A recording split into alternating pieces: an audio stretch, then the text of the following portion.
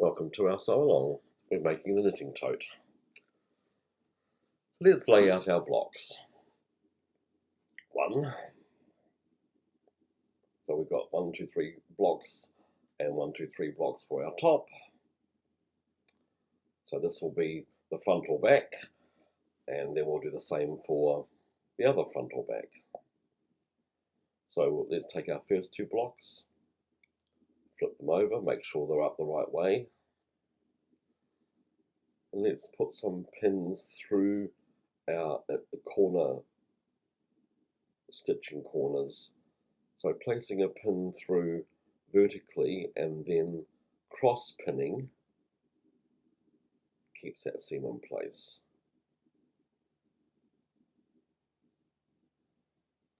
And just find the vertical in the middle. So we're looking at stitching line on top of stitching line and then cross pin to the machine. We're sewing just inside the outside stitching line, so it's actually a generous 1/2 inch seam.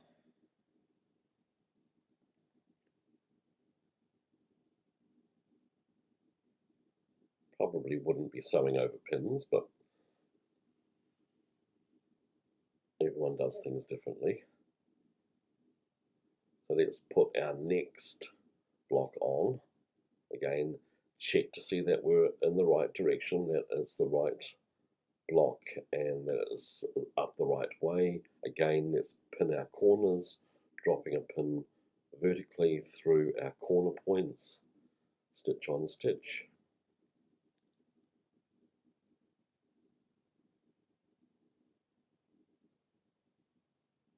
This is a great method. I like watching Alyssa do this. It's a great method.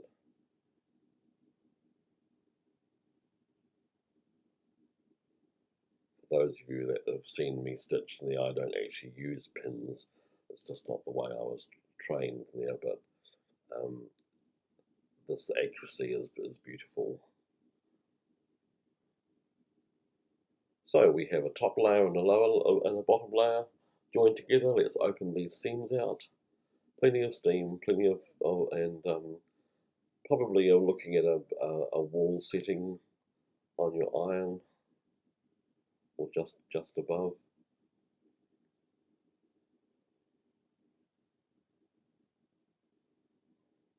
Craft cottons are pretty resistant to heat. We have got some cork. We are using cork in this, so you'll see when Alyssa opens up the seam, she's going to avoid that cork a little bit because she's worried about melting it. Yeah, it does press okay, but it's one of those things that I'm a little bit fearful of. Don't want to melt it when you've gone to such effort to embroider these beautiful blocks.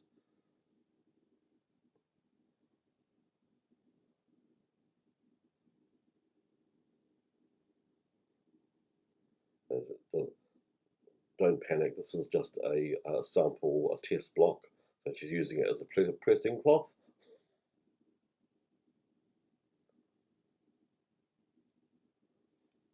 Right, here we have our top row and our bottom row.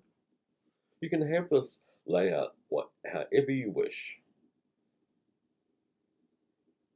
You'll see that Alyssa's actually taking photos as she's doing this videoing to create your notes. I always suggest that you actually read through the notes first, then watch the video, and then go back and look at your notes again, watch the video, so as that it actually gels, or the process gels in your mind.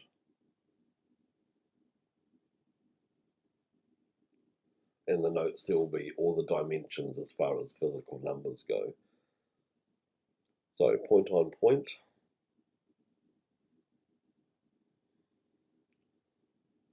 If you do your ends first, it means that your intersections of your lines should all match, because the blocks coming out of the machine are all the same size. You might have millimeters of a millimeter of difference. but embroidered blocks like this with backing, etc., are very forgiving. They're quite easy to manipulate them.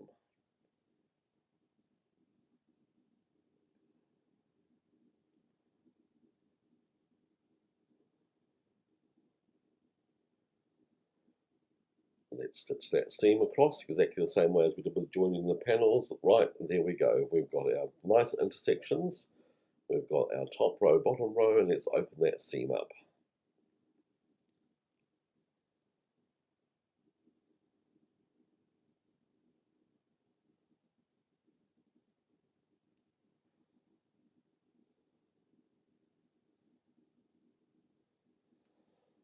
So let's cut our base. So the base we're using is leather. So for this instance, with our leather, um, we don't put any stiffening onto our leather. But if you're not going to use fabric or a finishing fabric for the base, then I suggest a layer of iron-on violin or something similar, something a little bit uh, crispy. When I say crispy, something that's going to actually fold out nicely. And we also put a layer of batting as well. So we iron on the interfacing, and then we stitch our batting around the edge. Or you could spray baste it onto your interfacing. It doesn't really matter as long as it stays put. The the batting, you could actually use an iron-on palin, depending on what you have in your supplies. So we're going to sew this seam to our leather. Now Alyssa's got some tear away underneath so as that the leather doesn't stick to the plate of the sewing machine extension table. So that seam has been stitched. We don't use a walking foot for these things. Um, our machines seem to be very forgiving, and they work very well. And you'll see when Alyssa turns this out, the seam is actually beautiful. Uh, it's and we're putting all our bulk of our seams towards the base and edge stitching. So that's a couple of needle widths inside the fold of the seam just to keep that seam down. It also gives the bag some base structure. As you'll have seen, that our base pattern was actually a little bit wider than we needed. So we trim up at this stage. We cut a little bit of extra there because with sewing up your blocks, you do lose a little bit of the width in the block, and thereby sewing inside the stitching line. So you can be up to 3/8 of an inch narrower. As long as you're consistent, it doesn't matter. So very nice seam for leather there, very nice indeed. Let's place our other side on, so we will have a back and a front.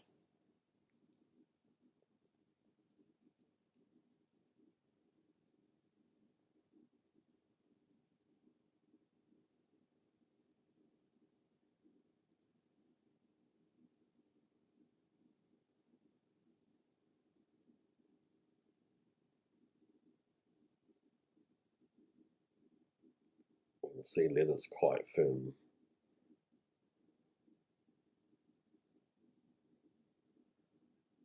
And we're going to put one pin. We're going to go into the leather there, but it's only going to be a little small pinhole.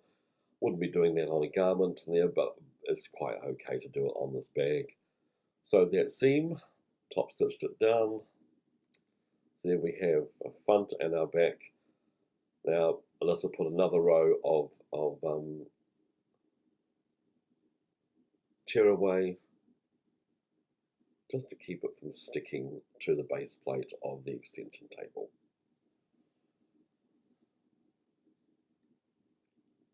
Here we have it.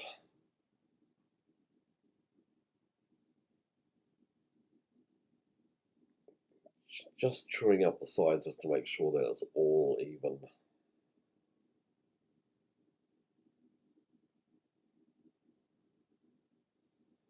Place down our piece of lining, and let's put our bag on top of that and pin around the edge of the bag to lining.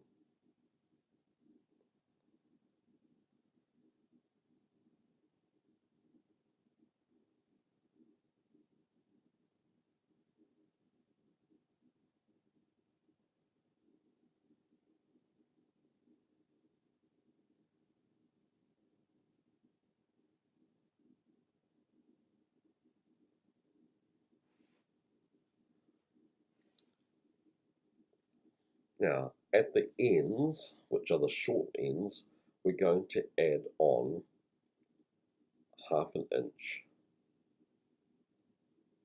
extra of lining. The long ends, which are the sides of the bag, we're going to cut to the bag, well, say net 0. So let's add on, as you can see, we're trimming up against the edge there, but we've left 1/2 inch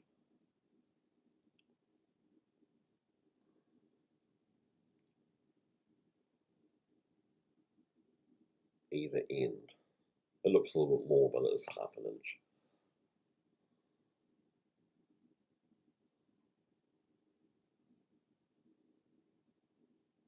So let's unpin these.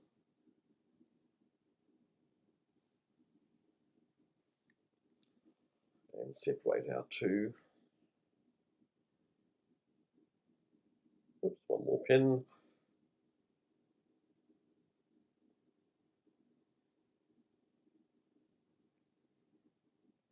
So with our lining facing us, turn it over so it's right sides together.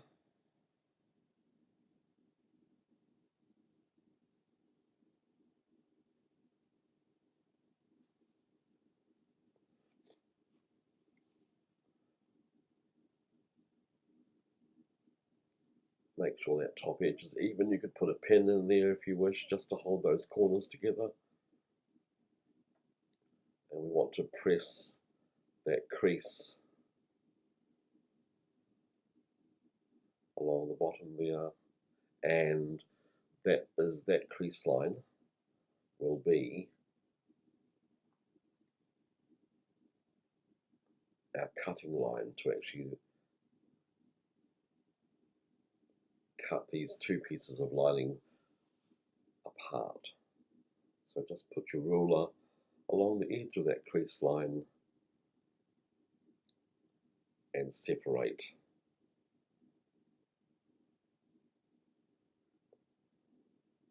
the linings.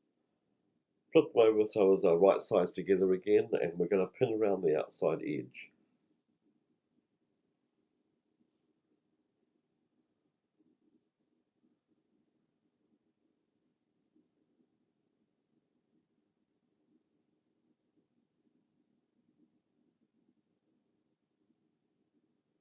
Corners, center, quarters. Now when it comes to the base seam, which is the seam here, we want to find the center, because we need to work out from the center where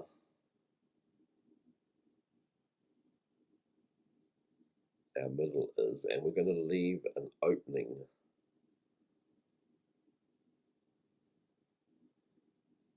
of around about 6 inches. So between those pins we're not going to stitch. Right, to the machine, a generous 1/2 inch seam.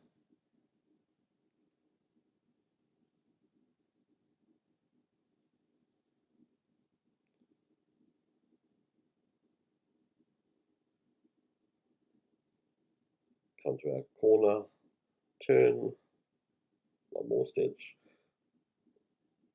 and stop, back tack, and then to our next, drop our needle. Oh, there's a kitty cat pin cushion. Come to our corner,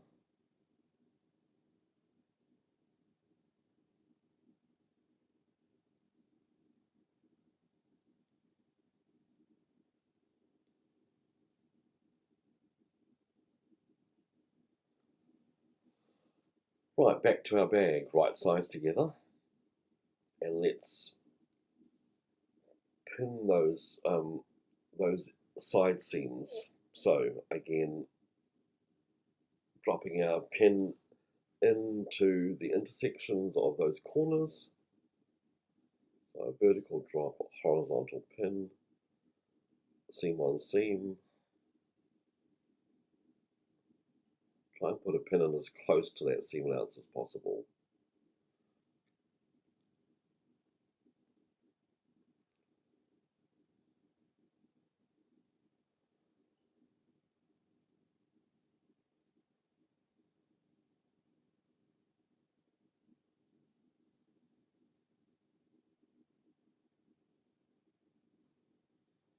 Yep, clip, clip. That's where the clips come in handy.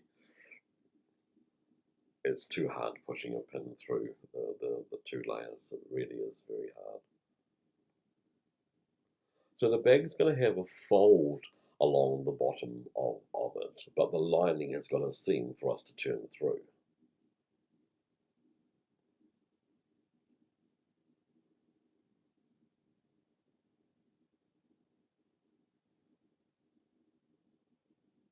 Clip and clip. Wonderful invention the clips are. Now we're ready to sew down the outsides, the side seams of the tote, inside the seam allowance.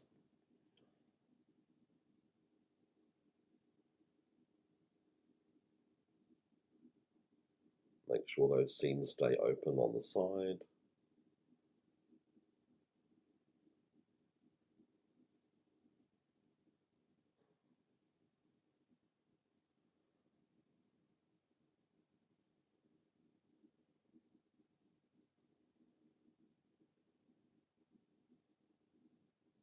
Half-inch seam.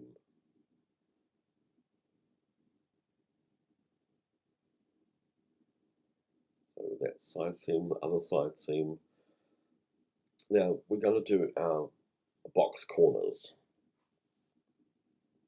So we want to snip into the seam allowance on that base seam. Just snip to the seam allowance.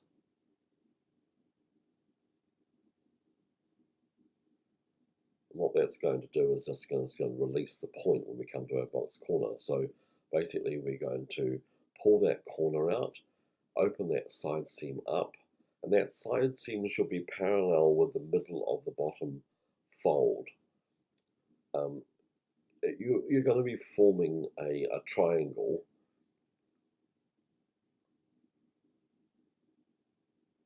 and we're going to measure up through the seam there. We're going to be measuring, use one of the lines on your ruler to find your, well, you can find your 45-degree angle, and then we're going to measure, so it's 1.5 inches out from the center line of the seam. So it's 3 inches in total, but from that center seam it's 1.5 inches out each side on the straight across the edge there. So it's a 45-degree angle if you're using the ruler. And let's just clip those points so everything stays together, and we're going to stitch over that chalk line. So the line itself is 3 inches. It's 1.5 inches from each. 1.5 inches from each side to the center line of that seam.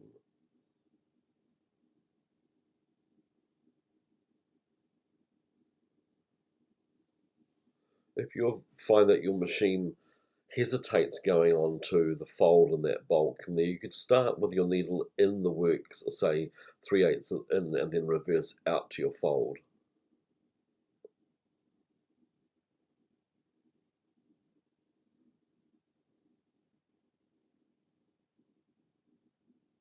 And as said before, that our machines seem to have no bother with what we throw at them. Just make sure that seam is taken. Sometimes you can get a drop stitch. and that tearaway definitely helps it from sticking to the needle plate and the extension table. So there's our curve. So there we got our two ears that are like little ears. And we're just going to trim that seam allowance back to about, well, I'd say about 3/8 of an inch, maybe a little bit less if your leather's really, really firm.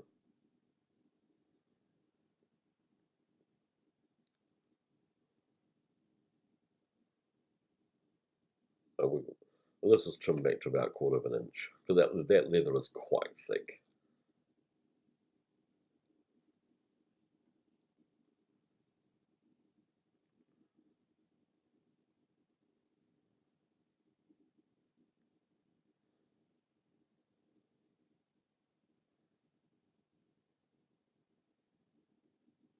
So those are our box corners.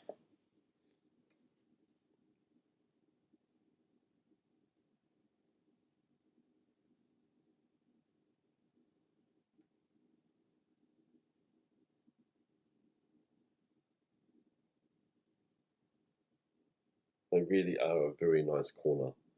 It gives the tote a really nice shape. And it stands up by itself. So if you weren't using leather and you were using fabric, you would need some sort of firmness. So here we have our lining, and we want to do the same thing with the corners. We want to create our box corners. So we're going to put seam on top of seam.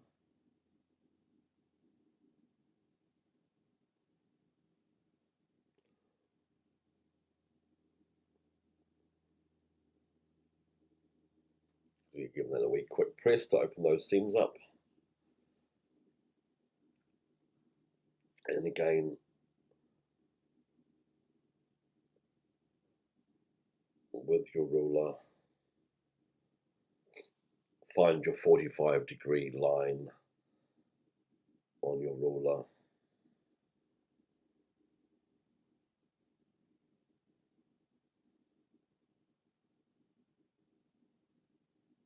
And measure out 1.5 inches from the center seam either side.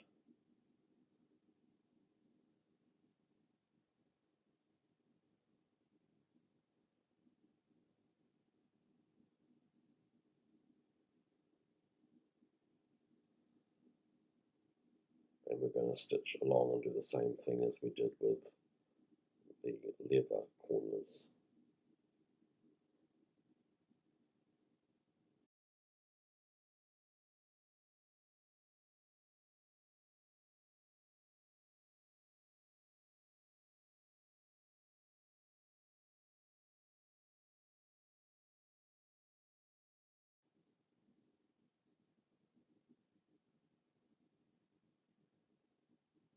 Trim our seam allowance off, again to 1/4 of an inch. We want to do that for the other corner as well. There we go. Magic of film, all done. And there's our opening in the bottom.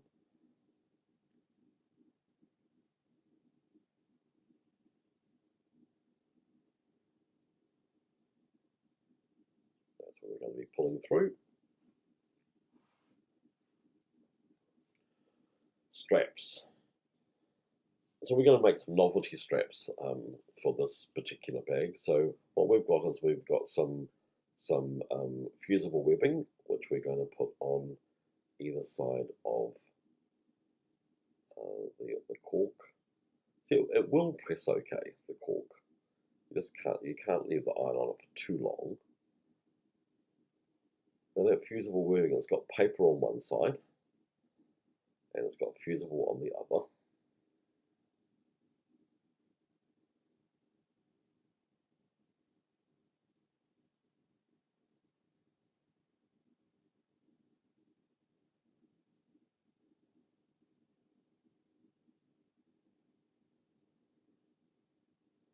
So mark a center line down your strap, and this center line is going to be where you're going to fold your edge of your edges to, so as to create a strap. Normally when we make the straps, we actually iron the piece of fabric in half and fold to the crease. So we've got this So let's tear the paper off. Make sure it's adhered first. And it leaves a glue resin along the edge. You can't see that very well, but there is a glue. You can feel it more so than see it. And just fold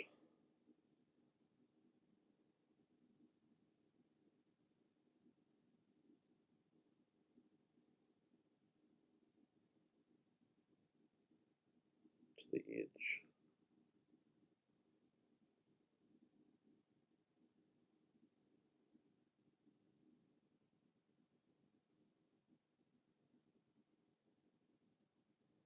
Pull the other edge off.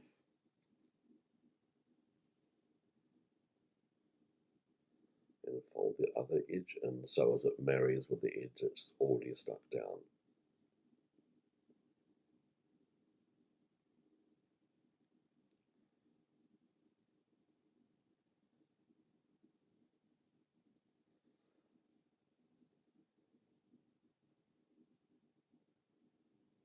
Right, we're going to edge stitch, well, just top stitch in inside the edge.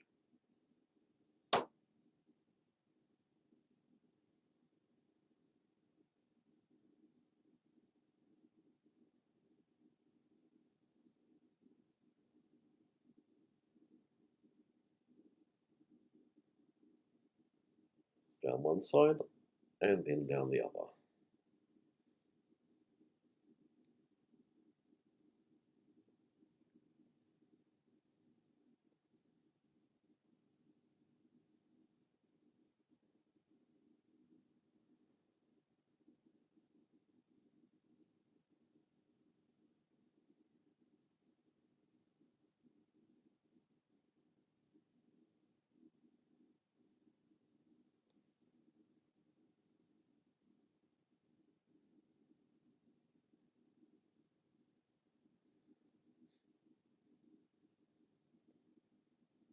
And we're just going to use another piece of fusible webbing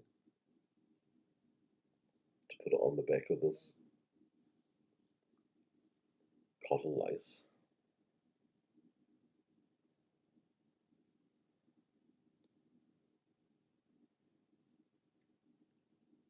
You don't have to use a fusible webbing to do this particular part. You could actually use a glue stick or something like that. So we're going to peel that webbing off, and then we're going to cover the seam.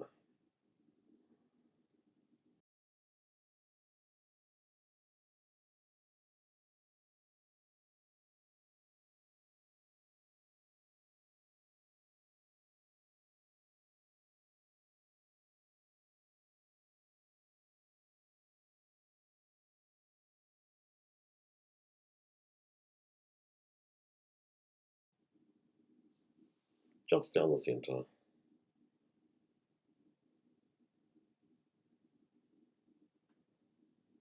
And then with the matching thread, just edge stitch just inside the curve of the scallop. It's going to make a really pretty girly handle for the tote bag. Just something different.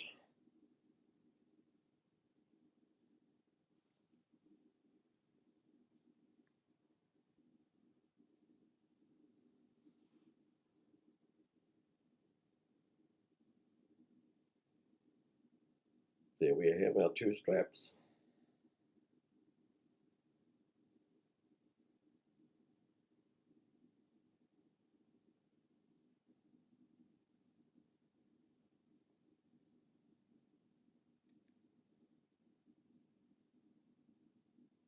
So we've placed them about an inch inside, I think it's about an inch inside the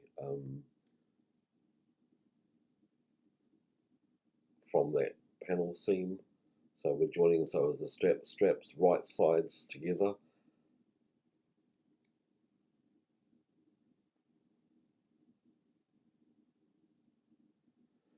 And just base those into position within the seam allowance.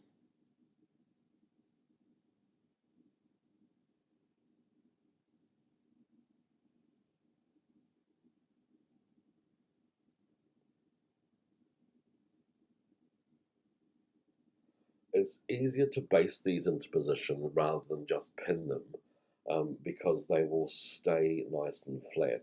If you just pin them, they tend to go onto a bit of an angle when you actually put your lining together. So we have a 10 or 12 centimetre strip, might be a bit more. We're going to make a loop for a loop and button. So let's find the centre mark of that middle panel. There's our centre. Let's pop our loop on there. That's just going to be a loop that's going to attach to a button on the outside.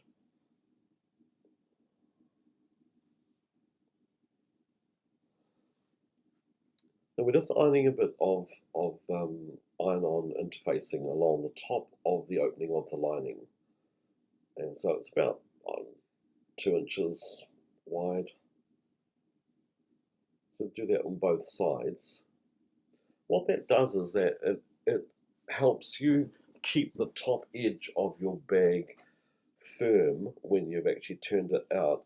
It keeps the seam sitting down into the bag, and it stops the top of the bag waving and being a bit puckered. So let's slip our bag inside our lining so it's right sides together.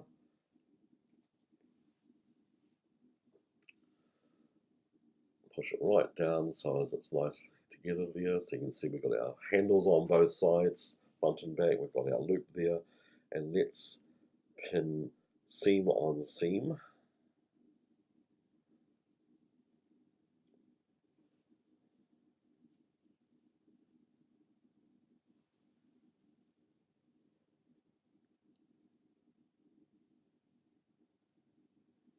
It always looks like your bag is bigger than your lining.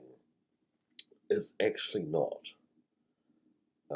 It's actually, they are exactly the same length. They always look bigger.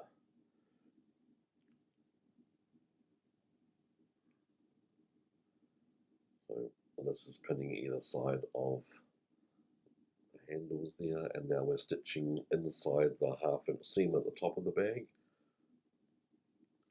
So do your complete loop. If you put your bag over the edge of the machine, it can also help if it's quite rigid.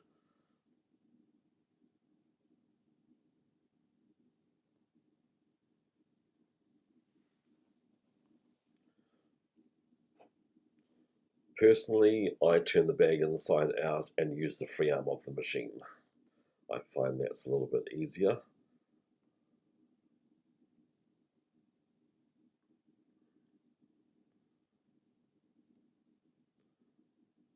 But whichever way you do it, that seam needs to be nice and firm, nice and straight, intersections on intersections at side seams, and you should not end up with any excess.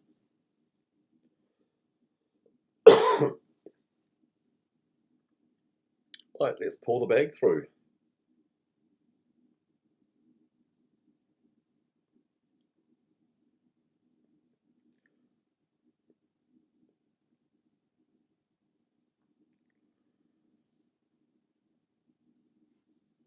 Looking good.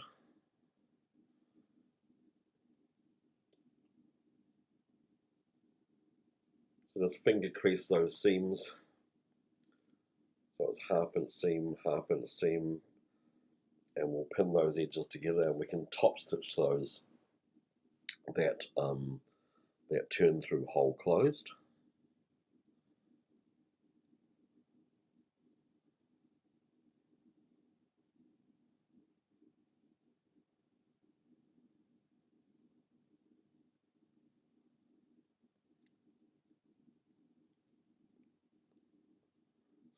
We've just stitched that closed at the bottom there. So let's push that in.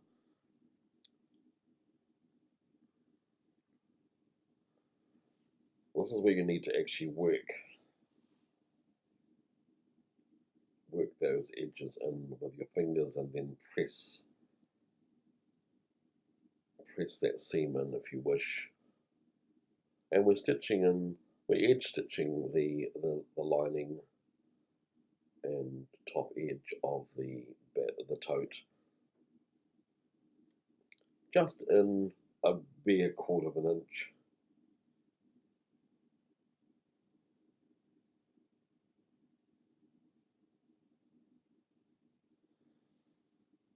So your fingers should be rolling that seam under.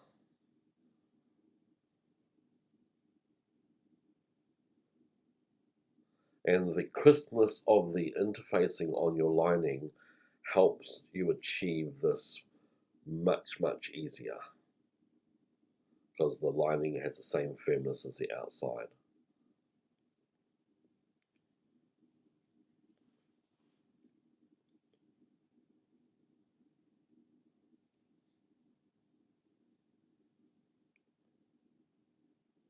Very pretty.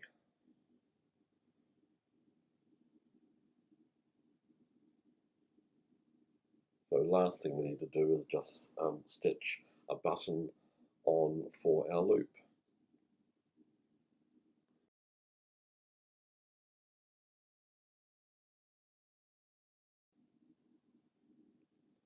Stitch through all layers. You might want to put a button in behind it to actually give it some strength, because if it's loaded up with your craft and knitting, etc., and spare balls of wool, I should imagine there'd be a bit of pressure on that button.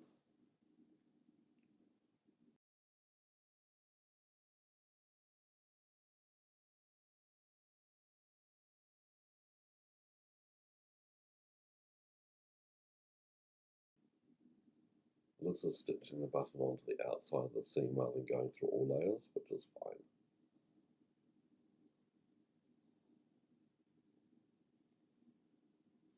Thank you for joining us. Hope you have a successful knitting tote.